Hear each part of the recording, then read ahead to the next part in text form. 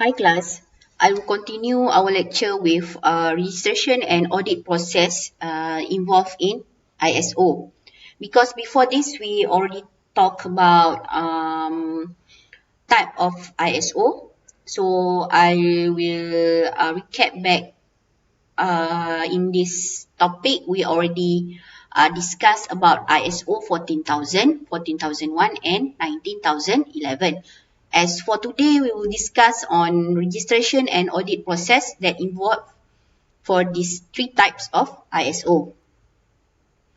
Okay, basically, there are 1, 2, 3, and 4 learning outcome for these topics. So students should be able to define the registration, certification, and accreditation terms in ISO. And students should be able to explain the registration and audit process in ISO 14000. And students should be able to explain the registration and audit process in ISO 14001. And finally, students should be able to explain the registration and audit process in ISO 19011. So in this presentation, I will cover on 4 parts, which are definition of certification, registration, and accreditation in ISO, registration and audit process in ISO 14000, registration and audit process in ISO 14001, and finally is registration and audit process in ISO 19011. So we will discuss first what is the definition of certification, registration and accreditation in ISO. This term, what is registration? This term normally used in northern US. A certification body issues the certificate proving that a company is compliant with a standard. Registration is when this certificate is registered with the certification body. A company got a certificate that is formally recognized. And by the way, the International Organization for Standardization recommends usage of the term certification. And for the certification can be a useful tool to add credibility by demonstrating that your product or service meets the expectation of your customer. And for some industries, certification is a legal or contractual requirement. And this sentence is referring the certification process is a must.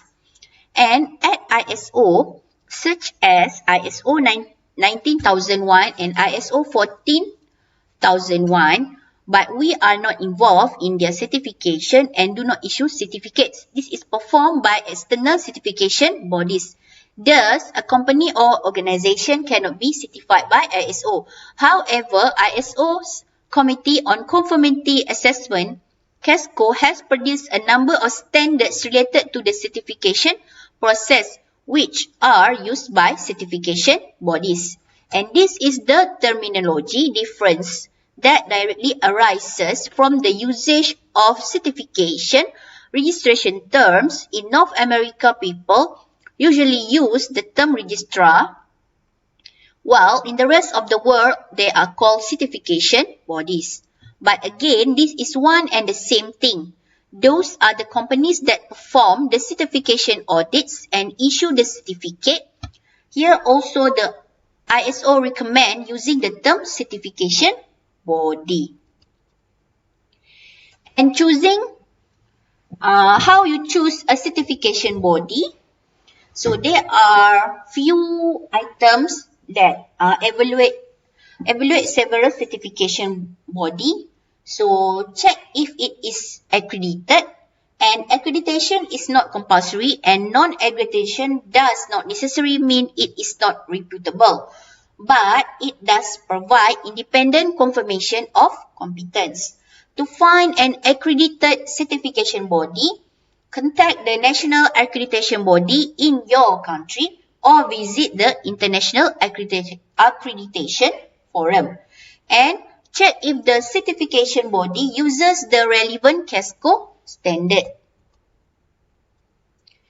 And what is accreditation? In order for certification bodies to able to perform the certification audits and issue the certificate, they need to get a license. And this license is called accreditation. So, certification bodies are getting accredited while companies are getting certified. The certification body needs to be compliant with the standard ISO 17,021 if they want to accredit it for certifying management system. There is usually only one accreditation body for each country. For example, UCAS for the United Kingdom, while there are several certification bodies operating in each country, ranging from small local certification bodies to large multinational corporations like SGS, BSI, DNV, and BV. And here is some list for certification of bodies in Malaysia, including SIRIM. And here we will discuss about registration and audit process for ISO 14000. So in ISO 14000, it involves Stage 1, Stage 2 and conduct surveillance audit. Stage 1 is referring to the review the facility environmental manual and system level procedure to ensure that it meets the ISO 14001 standard. And Stage 2 audit conduct a comprehensive environmental registration audit to verify compliance with ISO 14000 standard. And finally, the company need to conduct surveillance audits to ensure continued compliance annually or sometimes twice a year. And for registration and audit process in ISO 14001, it involves submission of request of information, RFI, issuance on quotation, submission of application. Stage 1 is referring to audit. Stage 2 is referring also to audit, recommendation and approval, issuance of certificate and surveillance and recertification of audit. And finally, the registration and audit process in ISO 19011. So it involves this process flow for the management of audit program. So followed by using the plan, do, check and act, the PDCA cycle. Thank you. This is the reference that I used for this topic.